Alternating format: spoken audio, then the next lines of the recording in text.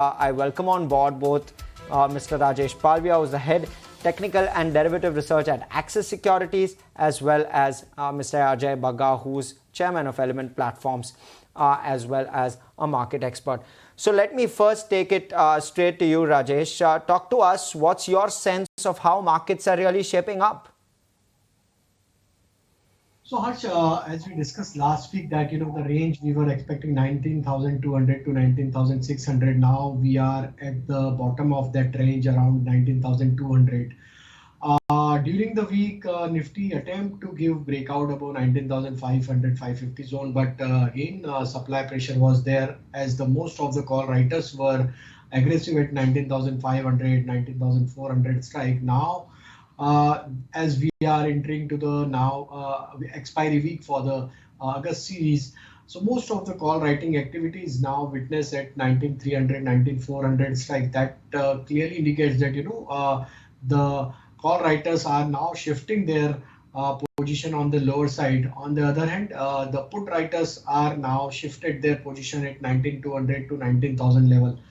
So we are at very critical level for the Nifty. If at all Nifty slips below to 19,200, then possibly this will open another 200 point down move from the current level. So then next level would be around 19,000 if we breaks below 19,200. Looking at the data setup also, there was a clear short built up in the today's session for Nifty, and on the Bank Nifty there is a long unwinding was there for the day. Both the indices now slipped below to 50-day moving average.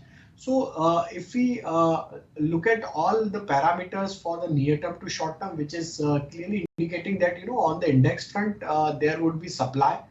If at all Nifty not crosses above 19,350, then possibly it may break towards 19,200, and then it can go down to 19,000 level also. Bank Nifty is now trading below to 44,300, which was the major put base. So now if it remains below to 44,300, then possibly we can witness another round of supply pressure in the coming week, and possibly Bank Nifty can go down towards 43,800, 43,700, which is the next level based on the technical as well as on the derivative setup. So both indices are looking weak, and we can see furthermore pressure in the coming week also.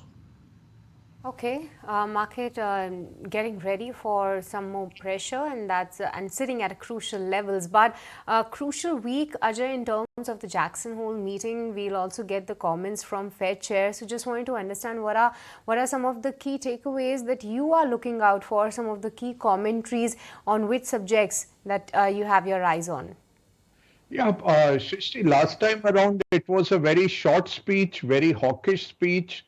He used the word economic pain again and again, and the markets really tanked post Fed Chair Powell's last year's Jackson Hole speech. This time around, the US economy is doing very well.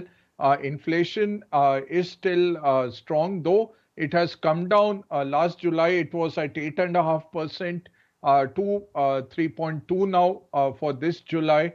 So inflation is trending downwards, but now it has become a little bit stubborn, a little bit persistent.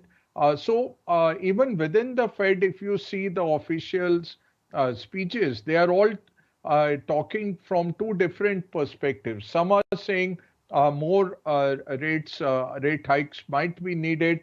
Others are saying let's wait and watch now. But nobody's talking about rate cuts. So while the US yield curve, if you see, the 2-year is just above 5%, and the 10-year is at about 4.24. So the 10-year is already showing you that there is a trend towards next year rate cuts. I don't think Chair Powell will speak on that. He will stay very much in the middle path. He'll say we are data dependent. We have done well against inflation while avoiding the economy getting into a recession, but the labor market still stays tight. Unemployment is still very low for this part of the economic cycle, and the economic growth is very high. Atlanta Fed now The Atlanta Fed GDP now number last evening came at 5.9% for this quarter, for the July to September quarter. So even if you cut out 2% as error rates, you're still talking of 3 to 3.5% kind of a growth for this quarter on the back of more than 2% growth in the first half. So US economy doing very well. Two basic factors will determine the shape of the markets, the trend of the markets. One is China. I think the problem is very big in China and it can't be solved away because there are not too many weapons with the government or there is not enough commitment on the part of the government. They're still in a wait and watch mode. Second will be, what does Powell say? Powell will be hawkishly pausing. He will be data dependent and in the end he will say higher for longer. So not much clarity to the markets. Markets have done the damage going into the Jackson Hole meeting already, seeing the recency effect of last year's speech. I don't think much will happen today to the markets basis Powell, unless he comes across as very hawkish and says, the economy is continuing to do very well. And so we might have to raise rates in September itself. That will cause a big sell-off in the markets. But right now, how the markets are positioned, September, nothing happens. November, there is a 40% chance of a 25 basis point, which is the last rate hike for this cycle. That's how the markets are positioned. I think he'll continue to stay in the middle of the fence. He will neither be hawkish nor dovish, but it will be a hawkish pause. Right, sir. And sir, if I can also poke you on this one thing that's really puzzling me is the fact that the US 10-year, as you correctly mentioned, is at 4.25%. Now, the last time the US 10-year was above the 4% mark, we saw a bit of a crash with regard to at least global markets as well as Indian markets. What's your sense? Why isn't that happening now? Because clearly at a fundamental level, your inflation seemed to have come off versus the last time around. And you seem to have a slightly better commentary as well. I mean, the question now really is, are we at the top in terms of the rate hiking cycle or not? So this is really what's puzzling me. Could you break that down for us? Yeah, it's a very good question. We are near the top of the rate hike, but again, because they have been wrong for the last 3 to 4 years, the central banks are not ready to call victory. You see the PMI numbers, the flash PMIs that came for August yesterday were not very good for the Eurozone or UK. Even for the US, the manufacturing, there was a contraction. By now, with this high rate, you would have seen the US housing market beginning to crack. What is changed this time around? Nearly 60-70% of the running mortgages in US are sub 5%. A lot of them are at 4% fixed. Those guys are not willing to sell today and go to another house because you will get a new loan at 7.5-8%. So the supply has got restricted. So it is an artificial holding up of the US housing market. Otherwise, these rates, just like 2007, by now you would have started seeing cracks happening.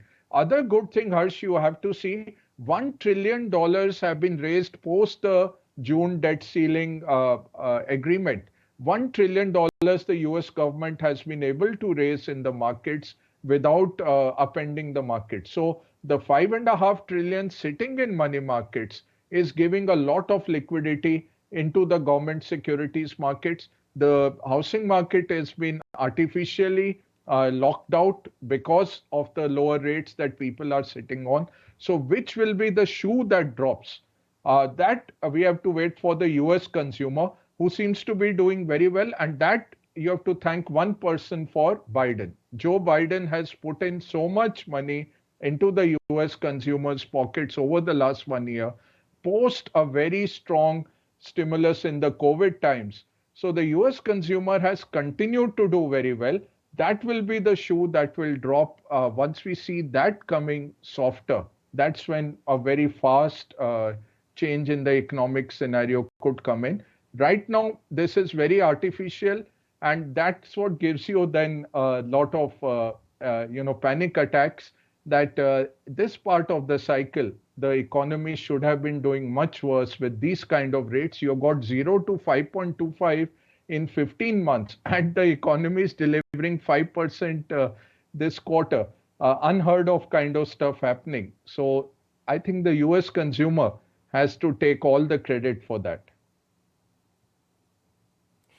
Okay, so we'll watch out for all those. Thank you so much, Ajay, for that. But please hang on because we are just slipping into a very short break. But don't go anywhere. We'll carry this discussion with Ajay and Rajesh just after this quick break.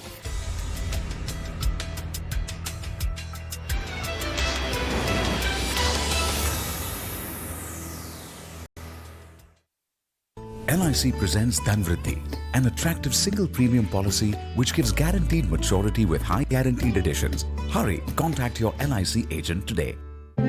हमारी दुनिया में सिर्फ खूबसूरत होना काफी नहीं। ये सच मेरे पीठ पीछे नहीं, सामने कहा गया। ऐसी ईमानदारी सर आंखों पर, जो अंदर के हुनर को भी पहचानती है और उसे तराश कर हीरा बना देती है, जिसकी चमक वक्त के साथ और बढ़ जाती है। ऐसी खूबसूरत ईमानदारी को देखा जा सकता है आरके मार्बल की दुनिया में। आरके मार्बल, खूबसूरत ईमानदारी। Experience the passion that fuels a relentless pursuit of creating innovative, effective, and safe beauty solutions. Get ready to witness the incredible journey of Requel India as one of India's fastest growing cosmeceutical brands. Requel stands for retaining and restoring equilibrium, and it is not just about skin and hair, it is about setting in the right expectation. This weekend, exclusively on ET Now. Vishnu Prakash R. Punglia Limited, an integrated engineering, procurement and construction company, launches an initial public offering of equity shares of face value of 10 rupees each in a price band of 94 rupees to 99 rupees per equity share. Bid offer opens on 24th and closes on 28th August 2023. For risk factors and more details, please refer to the RHP available on the websites of SEBI, the book running lead managers and the stock exchanges. Tip चाहिए, पैसा लगाना है तो century ply club prime पे लगाओ। डूबेगा नहीं, चलेगा भी नहीं, कोई खा नहीं जाएगा और मिनिमम 30 साल का रिटर्न देगा। अब इससे बेटर इन्वेस्टमेंट है तो बताओ। सेंचुरी प्लाई क्लब प्राइम, रहो बेफिक्र। पॉलिसी बाजार पे बाइक इंश्योरेंस सिर्फ ₹1.5 पर डे से शुरू होता है। ये जानते हुए भी इसने नहीं लिया और महंगे चालान का चूना लगवा लिया।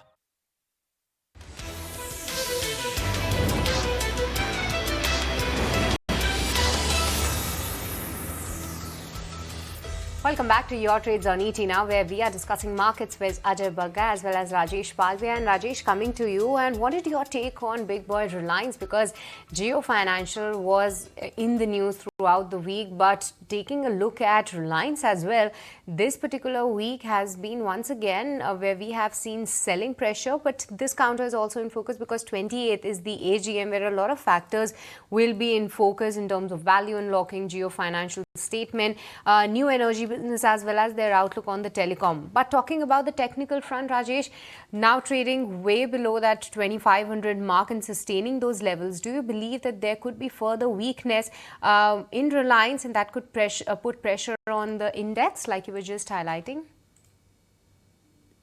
So definitely we have seen a corrective move in Reliance, and that pressure was clearly there on the index also because of Reliance was continuously falling throughout the week.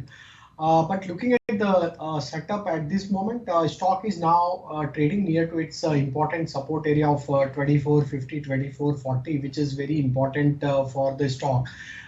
If we analyze of last 3-4 month data, stock is not slipped below to 2440 level since May 2023, and multiple times we have seen that stock has taken the support from those level and pullback was there. Again, if the stocks breaks below 2440 level in coming week, then possibly some more pressure we can see towards 2400 or even 2390 level also.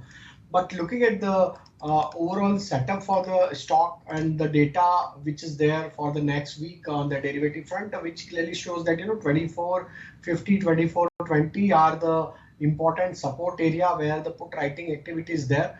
So if at all stocks holds 2440, then some pullback action can be there in Reliance, and then possibly stock may attempt to move towards 2500, 2520, which is the major supply zone for the coming week. Right, Rajesh. And could you also talk to us about some of the stock names that you may have, which we should keep our eyes out on for next week? So Harsh, first stock is from the media sector. Whole media stocks have done well in that current week. And looking at the setup for Sun TV, the clear breakout was there.